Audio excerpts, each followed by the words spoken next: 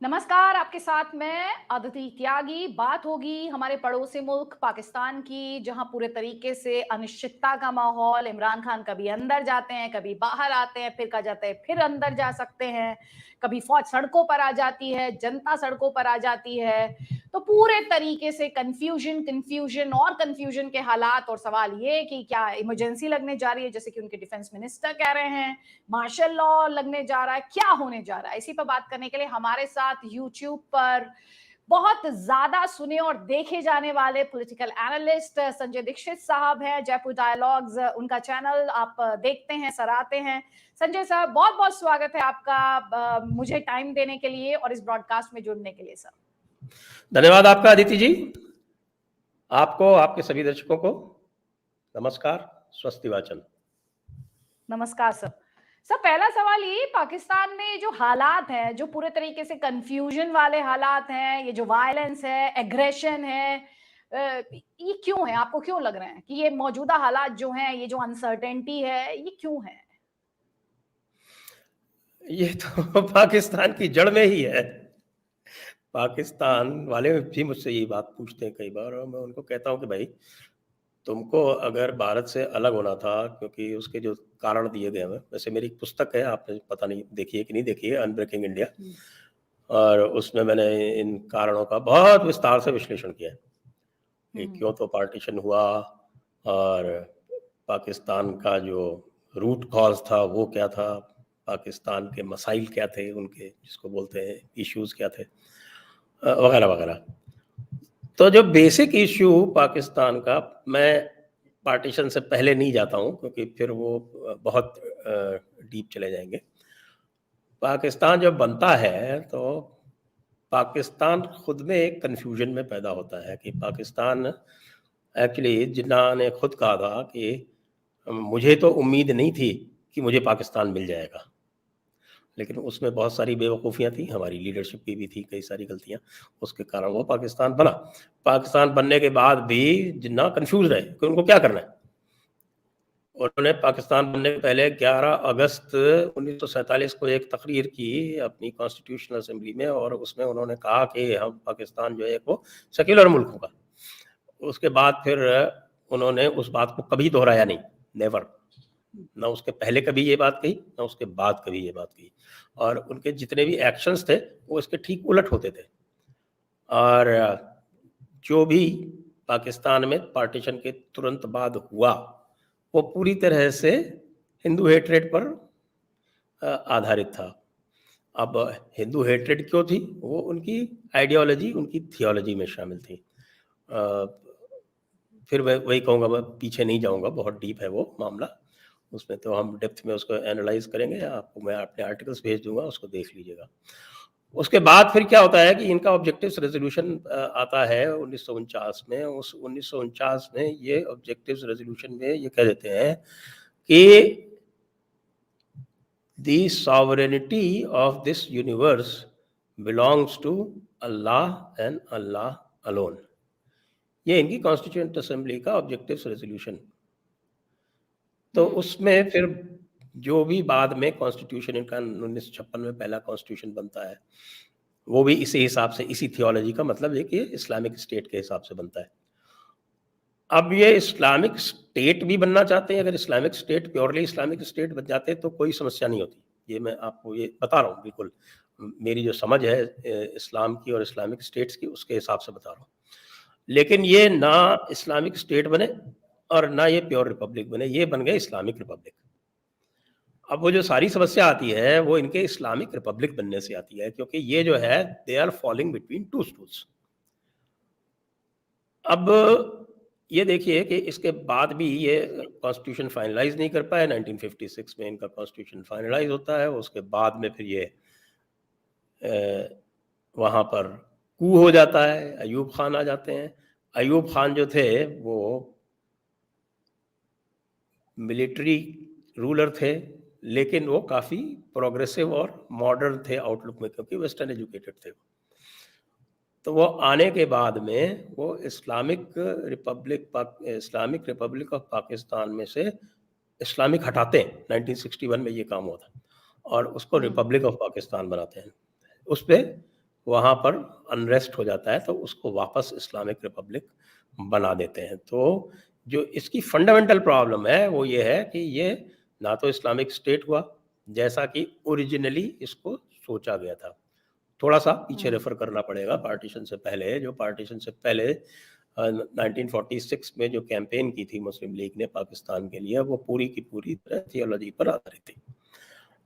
और उसमें ये कहा गया था कि भई ये जो है, ये हम दीन का काम कर रहे हैं, इस्लाम का काम कर रहे हैं और उसके लिए सबको जो भी इस्लाम का साथ देना चाहते हैं, उनको इसे सपोर्ट करना चाहिए कि पाकिस्तान के ऊपर ये रेफ़रेंडम है। 1946 का 1945 का सेंट्रल असेंबली इलेक्शन और 1946 का प्रोविंशियल असेंबली इलेक्शंस, और उस पे उनको पूरी सपोर्ट मिलती है। कहाँ से? उन सारे इलाकों से जो बाद में पाकिस्तान में नहीं गए। 3 स्थान ऐसे थे जहाँ से जो उस समय, चूँकि सेपरेट इलेक्टोरेट पे इलेक्शन हुआ था, तो जो मुस्लिम सीट्स थी उसमें से जो बॉम्बे प्रोविंस थी उसकी 100% सीट्स, जो मद्रास प्रोविंस थी उसकी 100% सीट्स, और जो उड़ीसा प्रोविंस थी उसकी 100% सीट्स, सेंट्रल प्रोविंस की लगभग 100% सीट, शायद एक सीट जो थी वो कांग्रेस को चली गई थी। ये सब मुस्लिम लीग को मिली। लेकिन जहां नहीं मिली इनको, वो स्थान थे बंगाल और पंजाब। तो ये जो है, इसकी डबल डाइकोटमी हो गई। एक इसकी टेरिटोरियल डाइकोटमी हो गई और दूसरी इसकी आइडियोलॉजिकल डाइकोटमी हो गई। टेरिटोरियल डाइकोटमी ये हो गई कि जहां से इसको फुल सपोर्ट मिला था वहां तो इन्होंने पाकिस्तान बनाया नहीं। पाकिस्तान ऐसी जगह में बनाया जहां पे पहले से मुस्लिम मेजॉरिटी थी and they were not insecure about their identity. आप ये देखेंगे, ये मैंने अपनी किताब में बहुत विस्तार से लिखा है, उसको प्रूव किया है कि जो पूरा का पूरा जो पाकिस्तान मूवमेंट था वो मेजॉरिटी हिंदू प्रोविंसेस में एक माइनॉरिटी मुस्लिम मूवमेंट था। लेकिन जो पाकिस्तान बना वो मेजॉरिटी मुस्लिम प्रोविंसेस में बना। तो ये इसकी टेरिटोरियल डाइकोटमी थी। और उसकी जो आइडियोलॉजिकल डाइकोटमी थी वो ये है कि ये ना तो इस्लामिक स्टेट बन पाया, जो इसको सपोर्ट दिया था, जो इलेक्शंस में जो सपोर्ट मिला था इसको, वो इलेक्शन में सपोर्ट मिला था बरेलवी मसलक से। जो बरेलवीज जो है, सुन्नी बरेलवीज, जो जिनको हम सूफी जानते हैं, जो सारी की सारी सूफी जमातें हैं वो बरेलवी में आती है। तो ये जो बरेलवी मसलक है ये 80% भारत में जो सुन्नी मुस्लिम थे उनका 80% लगभग थी। इन्होंने पूरा इसको मास मूवमेंट बनाने में पूरी मदद की मोहम्मद अली जिन्ना की, और इनका यह ख्याल था कि ये इसको एक इस्लामिक स्टेट बनाएंगे, क्योंकि इनको यही प्रॉमिस किया गया था। मोहम्मद अली जिन्ना जो है वो जिसको मिलते थे वो उसको उसी तरह से प्रॉमिस कर देते थे। उन्होंने देवबंदियों को भी देवबंद के हिसाब से प्रॉमिस किया था, लेकिन देवबंदी जो थे उनका इरादा कुछ और था। वो पूरे हिंदुस्तान को इस्लाम के परचम के नीचे लाना चाहते थे। तो वो कह रहे थे कि नहीं, पार्टीशन नहीं होना चाहिए। इरादा दोनों का ही एक था, उनकी स्ट्रैटेजीज अलग अलग थी। क्योंकि बरेलवी कह रहे थे कि साहब नहीं, हम तो हुजूर की सुन्नत के हिसाब से चलेंगे, और जो नबी हुजूर ने जो किया था, यानी कि मक्का में उनके पास मेजॉरिटी नहीं थी, तो उन्होंने मदीना में जाकर और अपने आप को कंसोलिडेट करके बाद में मक्का फ़तह किया था। तो हमें ये पूरे हिंदुस्तान में हमारी मेजॉरिटी नहीं है, तो हम नबी हुजूर की सुन्नत के हिसाब से हम अपना मदीना बनाएंगे, पाकिस्तान हमारा मदीना होगा, और उस मदीने में हम अपने आप को मजबूत करके फिर इस दिल्ली नाम की मक्का को वापस फ़तह कर लेंगे। ये उनका लॉजिक था। और बरेलवियों का और जमात इस्लामी का, जो अबू अला मौदूदी की जमात इस्लामी थी, उनका लॉजिक ये था कि तुम लोग बेवकूफ़ी कर रहे हो। ये मुसलमान जो है वो 3 जगह तकसीम हो जाएंगे, और उसके बाद जो हमारी बर्र सग़ीर यानी कि सब कॉन्टिनेंट को इस्लामाइज करने का प्लान है वो कामयाब नहीं होगा। तो जो इस्लामिक स्टेट का प्लान बरेलवियों ने बनाया था, क्योंकि उनका ख्याल था कि हमारी वजह से तो मोहम्मद अली जिन्ना जीत रहे हैं, तो उन्होंने 13 पॉइंट चार्टर बनाया था। 13 पॉइंट चार्टर हुआ करते थे उस वक्त। मुफ्ती नईमुद्दीन मुरादाबादी, जो उस वक्त नंबर 1 के लीडर थे बरेलवी मसलक के, तो उनकी सदारत में ये बना था। ये बनारस में इनकी कॉन्फ्रेंस हुई थी और उसमें ये कमेटी अपॉइंट हुई थी। तो उन्होंने जो कॉन्स्टिट्यूशन प्रेजेंट किया था उस इस्लामिक स्टेट का, वो लगभग आप ये मान लीजिए, उसके डिटेल्स मेरी किताब में है, वो ये मान जी लीजिए कि जो इस वक्त जो ईरान का कॉन्स्टिट्यूशन है उस तरह का था। यानी कि जो उसका जो हेड होगा वो एक मौलाना होगा, वो एक आलिम दीन होगा। और जिस तरह से आप देखते हैं कि वहाँ पर सुप्रीम लीडर होता है ईरान में, तो उस तरह का एक सुप्रीम लीडर का उनका ये था कि साहब ये सुप्रीम लीडर होगा, एक सुप्रीम काउंसिल होगी जिसको उन्होंने शूरा बोला था। तो एक शूरा होगी और वो शूरा जो है वो प्राइम मिनिस्टर और जो एग्जीक्यूटिव जितने भी मिनिस्टर्स इत्यादि हैं वो अपॉइंट करेगी, ये उनका ख्याल था। दिस वाज द ठीक original plan of Islamic state of Pakistan. लेकिन जब वो बना तब ये सारे के जिन्होंने पूरा पाकिस्तान बना, जिनकी वजह से वो नईमुद्दीन मुरादाबादी और जो बरेलवी मसलक के फाउंडर थे यानी अहमद रज़ा बरेलवी, उनके दोनों बेटे हामिद और मुस्तफ़ा, ये पाकिस्तान गए, कुछ दिनों में निराश होकर वापस आ गए। और जो देवबंदी जो थे जिन्होंने इसको अपोज किया था, उनकी मेजॉरिटी मतलब समझ लीजिए कि 70-80% ठीक मोहम्मद अली मदनी, हुसैन महमूद मदनी थे उस वक्त। और खाली एक छोटा सा हिस्सा जो था वो मेरे ख्याल से कौन थे वो, ठीक अभी नाम याद आ जाएगा उनका। तो वो वहाँ रहे। देवबंदियों ने और अबुल अला मौदूदी ने, जिन्होंने पार्टीशन अपोज किया था, उन्होंने तो वहाँ पर कब्जा कर लिया। उन्होंने उसको एक वेस्टर्न स्टाइल डेमोक्रेसी का रूप देने का प्रयास किया जिन्ना ने। बाद में वो बन गई खिचड़ी, यानी इस्लामिक रिपब्लिक। तो इसके जो फंडामेंटल कॉन्ट्रडिक्शंस हैं वो जी। इसकी सबसे बड़ी प्रॉब्लम है। तो सर आपने भी जो जिस तरीके से पूरी इसकी जो बुनियाद है उसे इलैबोरेट किया, जिसमें आपने ये कहा कि हिंदू मेजॉरिटी में मुस्लिम माइनॉरिटी में ये मूवमेंट रही, लेकिन अगर पाकिस्तान बन गया जहां पर मुस्लिम मेजॉरिटी थी, तो आपने ये बताया कि जो टेरिटोरियल डिकोटमी थी और साथ ही जो आइडियोलॉजिकल डिकोटमी थी। अगर मैं संक्षेप में आपसे ये समझना चाहूं, आप ये कहते हैं कि पाकिस्तान की प्रॉब्लम बन गई उसका इस्लामिक रिपब्लिक बन जाना, अगर आप उसे थोड़ा सा सब्सटेंशिएट कर पाए। वो तो देखिए ऐसा है ना कि आप 1956 के कॉन्स्टिट्यूशन बनने के बाद के जो इनके चुनाव जो डिक्लेयर हुए उसमें जाए, तो उस वक्त इनकी एक वो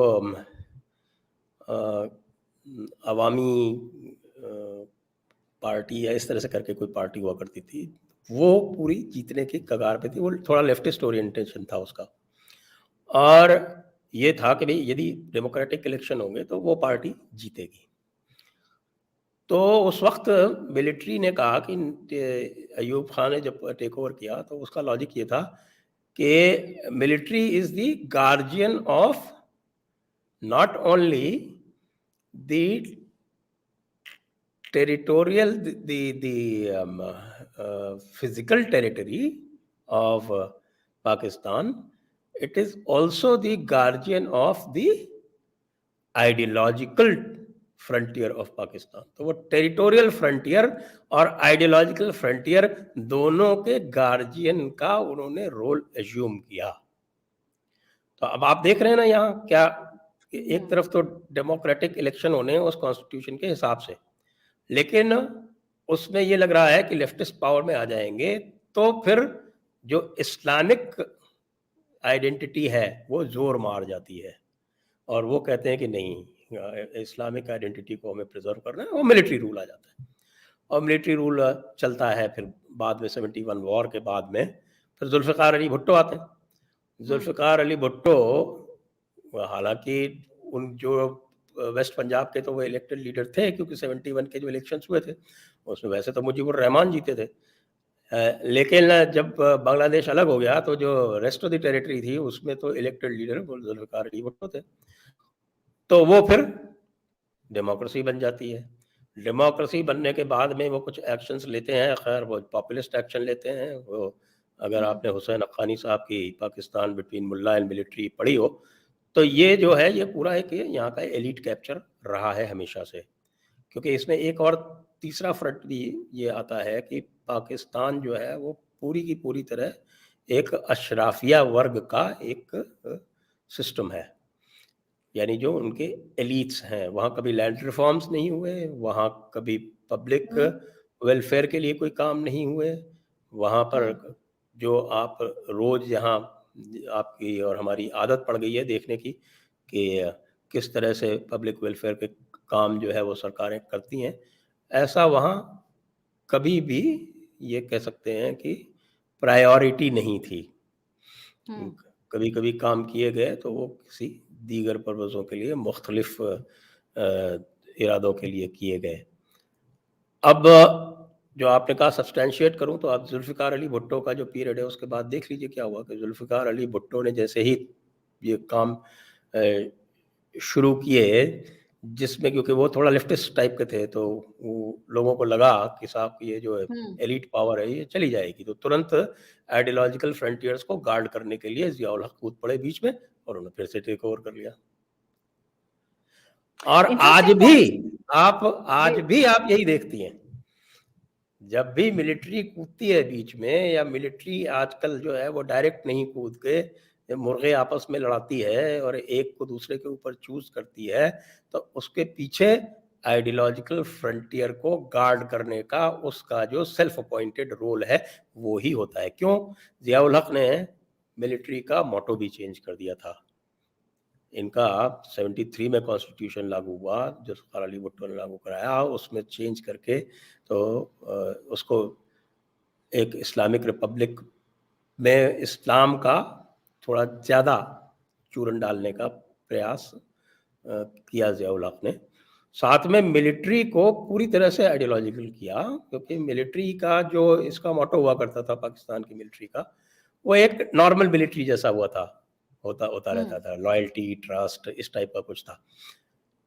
उन्होंने इसको बदल कर दिया ज़ियाउल हक ने, तक़वा, ईमान, तक़वा, जिहाद फी सबीलिल्लाह। अब जिहाद फी सबीलिल्लाह क्या है? जिहाद फी सबीलिल्लाह लिटरली मीन्स जिहाद इन द वे ऑफ अल्लाह, लेकिन जो लोग इस्लामिक जूरिस्प्रूडेंस को जानते हैं, इसका मतलब होता है वायलेंट जिहाद। और ये किसके खिलाफ करना है? ये भारत के खिलाफ करना है। क्यों? इसके पीछे भी वही रीजन है जिस पे इन्होंने पार्टीशन के टाइम पे जो आर्ग्यूमेंट किया था, इनको पार्टीशन में जब इन्होंने जो so called two nation theory जिसकी बात करते हैं, तो उस टू नेशन थियरी को जो रैशनलाइज किया था, तो वो ये कह के किया था कि भाई वी आर, यानी Muslims, we are not only a separate nation. The Muslims are not only a separate nation, they are also an equal nation. लोग जब भी ये बात करते हैं टू नेशन थियरी की, तो ये जो दूसरा पॉइंट है वो भूल जाते हैं, क्योंकि दोनों पॉइंट जो है वो थोड़े से अलग अलग हैं। अलग अलग इसलिए हैं कि जो कन्वेंशनल टू नेशन थियरी है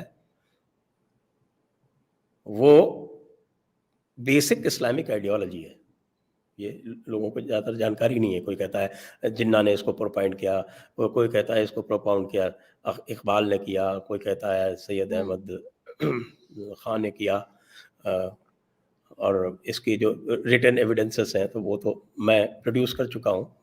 आप मैंने अभी फतावा आलमगीरी के हिंदी ट्रांसलेशन करके अपनी पोर्टल पे डाले, आपको उसमें दिख जाएंगे।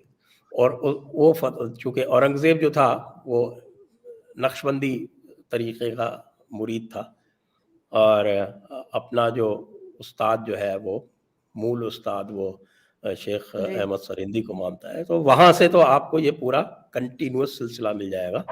जो भी आप जितना भी यहाँ पर देखते हैं,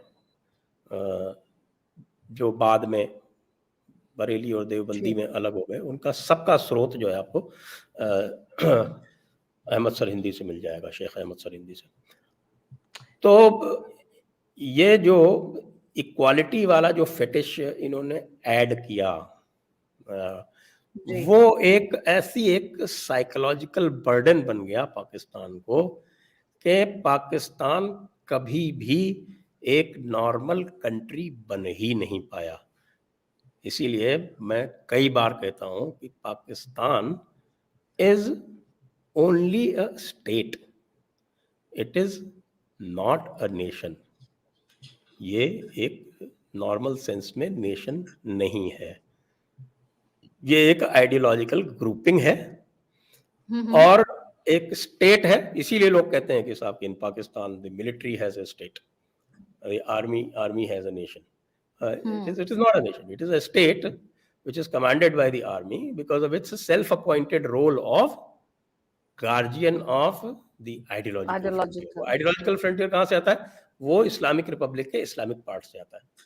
और जो रिपब्लिक पार्ट इन्होंने है उसको ये दिखावा करने के लिए आपके सामने ये शोबाजी आजकल करते रहते हैं। पहले शोबाजी भी नहीं करते थे, मिलिट्री डायरेक्टली टेक ओवर कर लेती थी।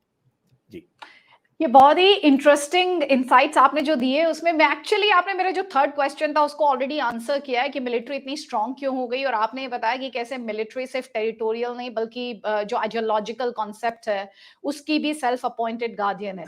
लेकिन अभी आपने कहा कि पहले तो ड्रामा भी नहीं होता था, अब ड्रामा हो रहा है। अभी मौजूदा कॉन्टेक्स्ट में अगर आप ही के स्टेटमेंट को आगे लेके जाऊं कि एक दुनिया में देशों के पास आर्मी होती है, यहाँ आर्मी के पास देश है, ये जो टकराव हुआ इमरान खान के समर्थकों का फौज के साथ, ये आपको लगता है कि ये जो आइडियोलॉजिकल फ्रंटियर के जो सेल्फ अपॉइंटेड टॉर्च बेयरर्स या गार्डियंस हैं, ये उनकी अथॉरिटी को चैलेंज किया जा रहा है, या आपको लग रहा है कि ये सिर्फ एक फसाद है?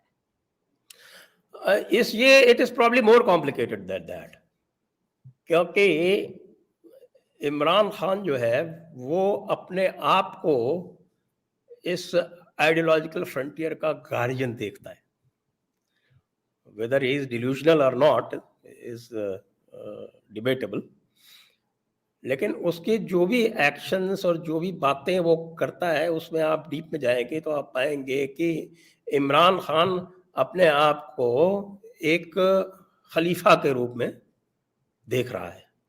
और उसने आते ही जो सबसे पहले रियासत मदीना स्टैब्लिश करने की बात की थी, ये सारी बातें जो है ये उसी प्रकार की, ये और किसी ने नहीं की। जुल्फ़िकार अली भुट्टो ने रियासत मदीना की बात नहीं की, पर आपके बेनज़ीर ने नहीं की, आपके नवाज़ ने नहीं की, नवाज़ शरीफ ने नहीं की।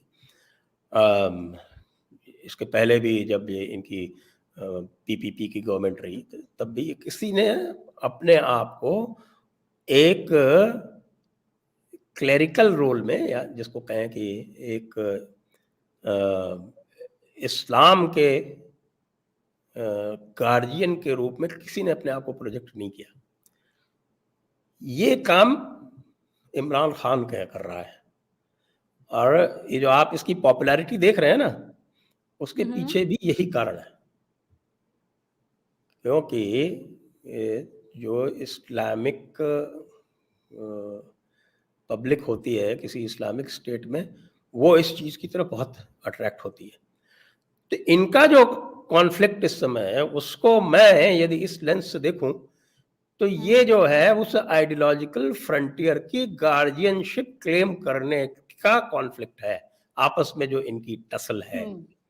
और इसीलिए आप देख रही हैं कि मिलिट्री भी आपस में डिवाइडेड है, जुडिशरी भी डिवाइडेड है, पॉलिटिक्स भी डिवाइडेड है, सोसाइटी भी डिवाइडेड है। वो इसलिए है क्योंकि जो मिलिट्री का अनक्वेश्चन्ड रोल था उसके ऊपर इमरान खान ने क्लेम की है।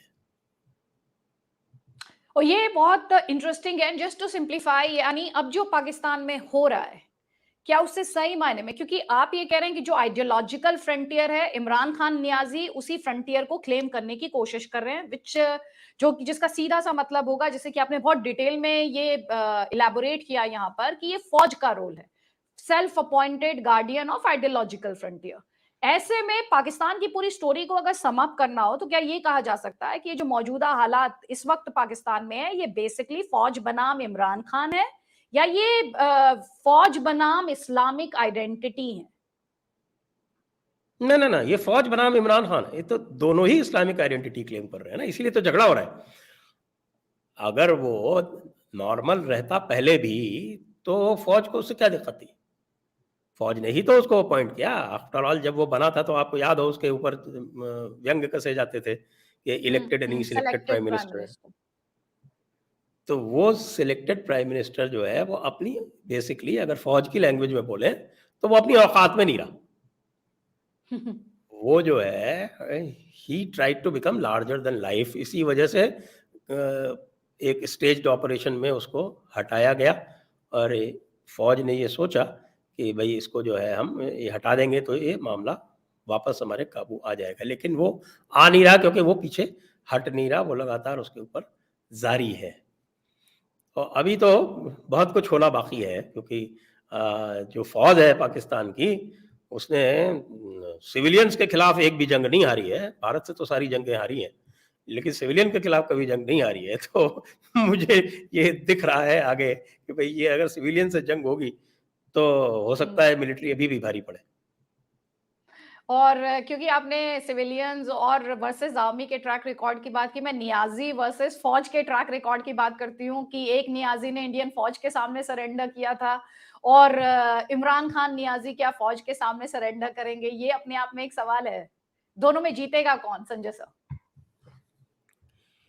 जो ट्रैक रिकॉर्ड है, ट्रैक रिकॉर्ड के हिसाब से जैसे मैंने कहा कि भाई Pakistan army has a stellar record of never losing a battle to its own civilians. It has an equally stellar record of losing every battle against its adversaries. जो basically it is India. In fact, it is losing a battle even against Afghanistan. Afghanistan के खिलाफ भी वो कोई significant resistance नहीं कर पा रहे। रोज इनके लोगों को आके मार के चले जाते हैं पाकिस्तान के अंदर ही अंदर।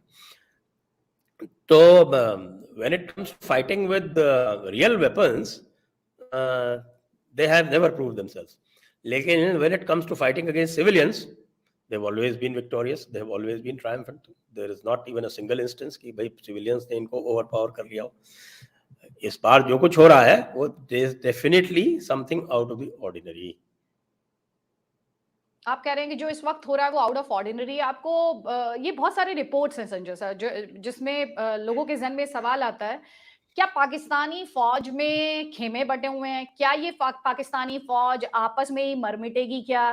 क्या ये आपस में ये पाकिस्तान, अगर मैं एक लाइन में कहूं, क्या पाकिस्तानी फौज टूट सकती है? क्योंकि इमरान खान पाकिस्तानी नियाजी फौज जो है उसका जो ग्लू है, जो इसके जो टॉप ऑफिशियलडम है, देखिए army is a very hierarchical organisation, आप भी जानती हैं।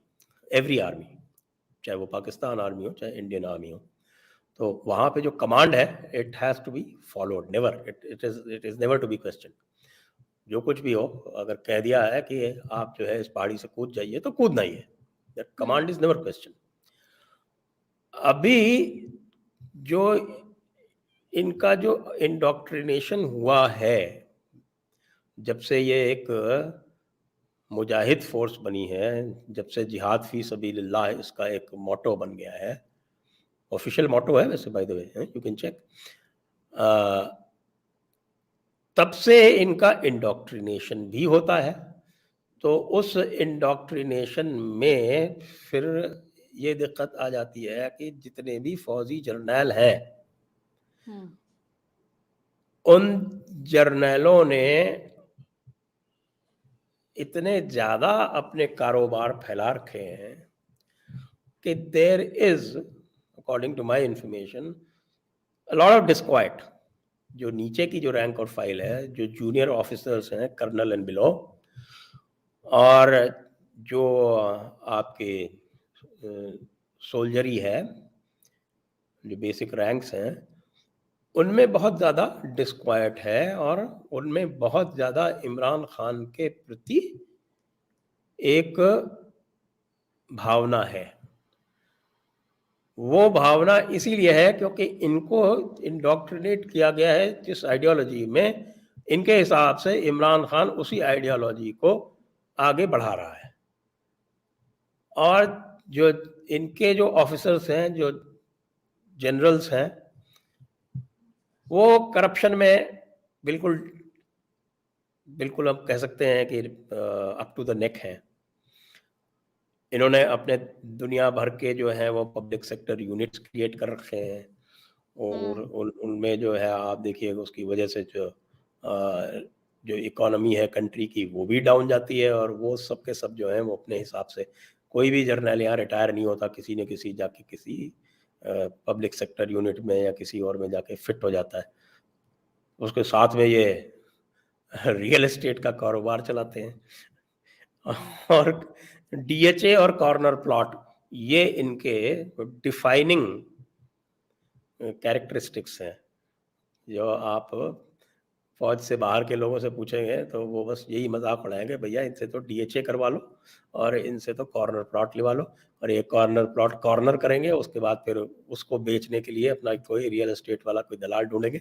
यही काम करते रहते हैं जर्नल अधिकतर। उनका अपने कंट्री के डिफेंस में ध्यान कम है। तो वो जो सो कॉल्ड आइडियोलॉजिकल फ्रंटियर जिसको जो गार्ड करते हैं, उसके जो गार्जियंस हैं वो पूरी तरह से करप्ट हो चुके हैं। तो वही फौज जो आइडियोलॉजिकल फ्रंटियर की है उसमें आधा आधा हो गया है कि आधे जो ऊपर वाले हैं वो तो खुद के इंटरेस्ट गार्ड करने में ज्यादा बिजी हैं बजाय आइडियोलॉजिकल फ्रंटियर गार्ड करने का। जो नीचे वाले हैं वो ये सोचते हैं कि हम एक्चुअल आइडियोलॉजिकल फ्रंटियर को गार्ड करने वाले हैं। तो both at the level of I should say ideology and both also at the level of command there is disquiet. अब फौज है तो वो डिस्क्वाइट सामने नहीं आता है, लेकिन डिस्क्वाइट तो है। अच्छा, आप कह रहे हैं कि डिस्क्वाइट तो है, लेकिन ये इंडिया के लिहाज से, भाई हम इंडिया के लिहाज से यहाँ पर बात करेंगे, और इंडिया के लिहाज से अगर मैं आपसे बात करूँ, तो इंडिया के लिए तो ये अच्छा है, फौज सिविलियंस के साथ बिजी रहे, फौज आपस में बिजी रहे। इंडिया को कम से कम जो ये आतंकी फ्रंट खोल कर रखते हैं भारत के खिलाफ, वहां पर शायद इंडिया थोड़ा सा ब्रीदर महसूस कर सकता है। आपको लगता है ऐसा? और जो इंडिया पीओ को लेकर भी कहता रहा है, अभी विदेश मंत्री ने कहा था, विदेश मंत्री एस जयशंकर ने कहा था कि अब पाकिस्तान को अगर बात करनी है हमसे तो हमें ये बताए कि पीओ के कब वेकेट कर रहे हैं। तो उस प्लान पे इंडिया आगे बढ़ सकता है आपके हिसाब से? देखिए, I will come to doctor Jaishankar statement later. पहली बात जो आपने कही, मैं आपसे सहमत हूँ, और कई सारे हमारे सिक्योरिटी एक्सपर्ट और मिलिट्री एक्सपर्ट कई बार ये कहते रहते हैं कि भाई stable Pakistan is on our interest. No, I don't agree with them. वो इसलिए है कि जब पाकिस्तान स्टेबल होता है तब आपके यहाँ क्या घटनाएं होती हैं, और जब पाकिस्तान अनस्टेबल होता है तब क्या होता है। इन दोनों का आप एम्पेरिकल ऑब्जर्वेशन कर लीजिए, उससे ही आपको उत्तर मिल जाएगा। क्योंकि जब वो बहुत स्टेबल होते हैं तब होता है 26/11, और जब वो अनस्टेबल होते हैं तो आजकल आप देख रहे हैं, आजकल तो कहीं इक्की दुक्की घटनाएं हो जाती हैं, जैसे अभी जम्मू सेक्टर में हुई 2 घटनाएं। तो वो भी इसलिए हुई क्योंकि जो वो इदारे हैं जो करते हैं, चाहे वो लश्कर तैयबा हो या आपका हाफिज सईद के जय हाफिज सईद की जो उनकी जो ग्रुपिंग्स हैं वो हैं, तो वो तो वहाँ एस्टेब्लिश्ड हैं, वो तो कुछ ना कुछ करेंगे। लेकिन फौज की तरफ से इस वक्त कोई अटेंशन नहीं मिल पा रहा है। फौज पहले ही अपने फौजियों को राशन पानी नहीं पहुंचा पा रही थी, उसमें बिजी हो रही थी कि भाई कम से कम फौजियों को राशन पानी दे दे, क्योंकि बहुत सारे लोग जो है वो चौकियां छोड़ छोड़ के भाग रहे थे वेस्टर्न फ्रंटियर पे इनके, क्योंकि उनको राशन पानी तक नहीं मिल पा रहा था, मारे जा रहे थे बुरी तरह से टीटीपी द्वारा। तो वो तो पहले ही इसमें बिजी थी। तो इस वक्त उसके पास और कुछ देखने का टाइम है नहीं। Unstable Pakistan, divided Pakistan is very much in India's interest. India की एक फॉरेन पॉलिसी में बहुत बड़ी गलती शुरू से रही है कि इन्होंने पाकिस्तान को एक नॉर्मल नेशन और एक नॉर्मल स्टेट माना है। इन्होंने इसकी एनालिसिस नहीं की, क्योंकि Pakistan is not a normal nation, unlike India which is a civilisational nation of thousands of years of standing. तो यहाँ की जो गहराई है उससे आप पाकिस्तान को नहीं नाप सकते थे, आपको नहीं नापना चाहिए था उसको। आपने उसकी एक, जिसको हम कहें कि काल्पनिक स्थिरता और उसकी इकोनॉमिक वेलबीइंग में भारत ने भी कई कई बार इन्वेस्ट किया है। That was I think a mistake. Pakistan, Bharat को जो इस वक्त जो पॉलिसी चल रही है वो ही अपनाए रखना चाहिए, जिसमें they should let Pakistan dismantle itself. और इसीलिए जहाँ तक पीओके वापस लेने की बात है, मैं तो यही मान रहा हूँ कि पीओके वापस आना होगा तो अपने आप आएगा, हमें बहुत ज़्यादा कुछ करने की ज़रूरत नहीं पड़ेगी। वो पीओके जो है, या तो चाइना वाले उस पर कब्जा करेंगे, लेकिन चाइना वालों की जो हालत हो रही है पाकिस्तान में, वो खुद ही देख रहे हैं कि आजकल चाइना वालों के लिए इतनी एक्स्ट्रा सिक्योरिटी उनको लगानी पड़ रही है कि चाइना वाले भी कॉन्सुलेट बंद करके भाग गए दूसरे ही दिन, जिस दिन ये तमाशा शुरू हुआ। तो China is also not confident about Pakistan. उनको पता है कि अफगानिस्तान और पाकिस्तान में बहुत ज़्यादा अब फर्क नहीं है, अलावा इसके कि यहाँ पर एक एलीट बसता है जो इस्लाम को चूरन की तरह बेचता है और खुद मज़े करता है। तो वो ही जो चूरन बेच रहा था, वो अब चूरन इसी एलीट को कंज्यूम करने लगा है, उस स्थिति में आ गया है। क्योंकि आफ्टर ऑल वो इमरान खान से क्यों नाराज है? वो भी इमरान खान से इसलिए नाराज है कि Imran Khan was a part of them और वो उनको छोड़ के मुल्ला बन गया। जी।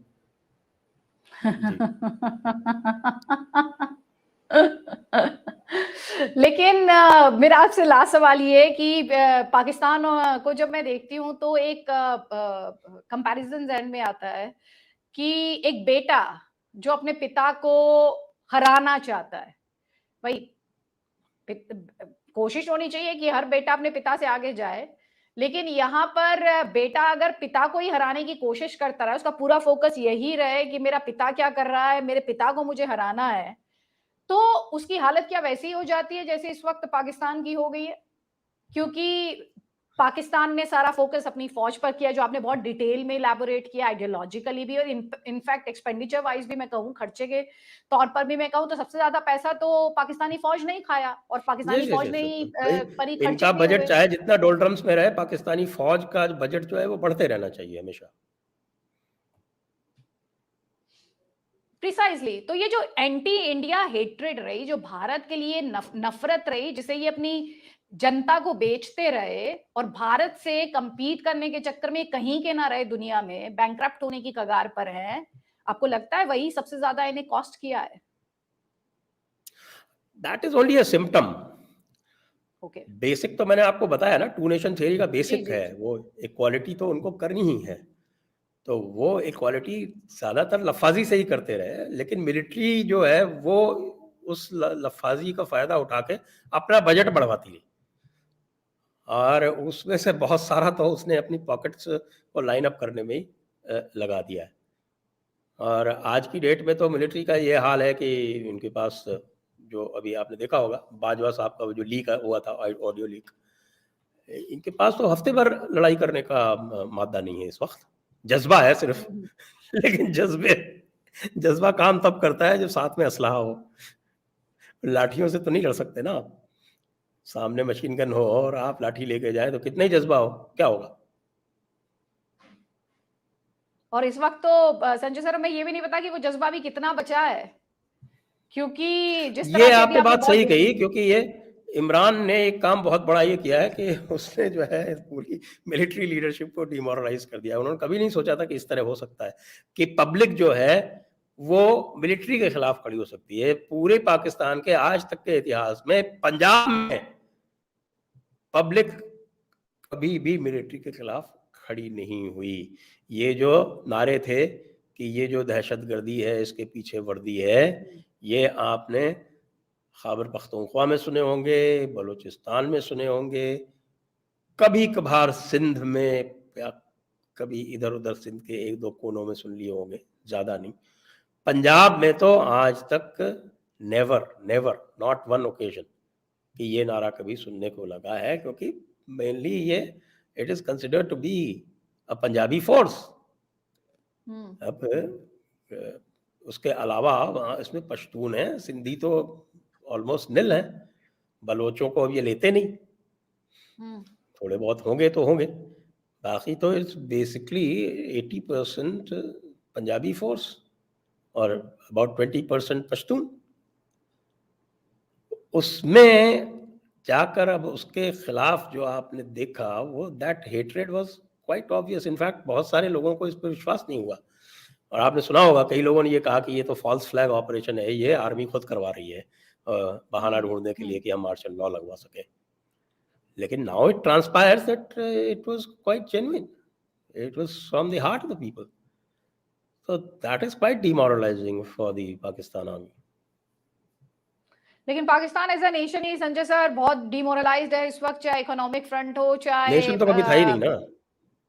एग्जैक्टली और बॉर्डर्स पर तो हमेशा इंडियन फोर्सेस उसे डिमोरलाइज करते ही रहे थे। अब इकोनॉमिक फ्रंट पर भी, सोशल फ्रंट पर भी, और सबसे बड़ी बात अब कहना चाहिए मिलिट्री फ्रंट पर इंटरनली भी डिमोरलाइज्ड है पाकिस्तान। और इसीलिए शायद जैसे कि आपने कहा कि उसे खुद ही टूटने देना चाहिए, या और भी कई पॉलिटिकल कमेंटेटर्स हैं या इंटरनेशनल अफेयर्स एक्सपर्ट हैं जो कहते हैं कि पाकिस्तान टूट सकता है, बिखर सकता है, शायद वही होते हुए इस वक्त हम देख रहे हैं। बहुत बहुत शुक्रिया संजय दीक्षित सर, आपने इस ब्रॉडकास्ट को ज्वाइन किया और इतने डिटेल में, इतनी बारीकी के साथ पाकिस्तान को एनालाइज किया है, विश्लेषण किया है। I really appreciate your time sir, thank you. धन्यवाद। जय हिंद, वंदे मातरम। जय हिंद सर, जय हिंद।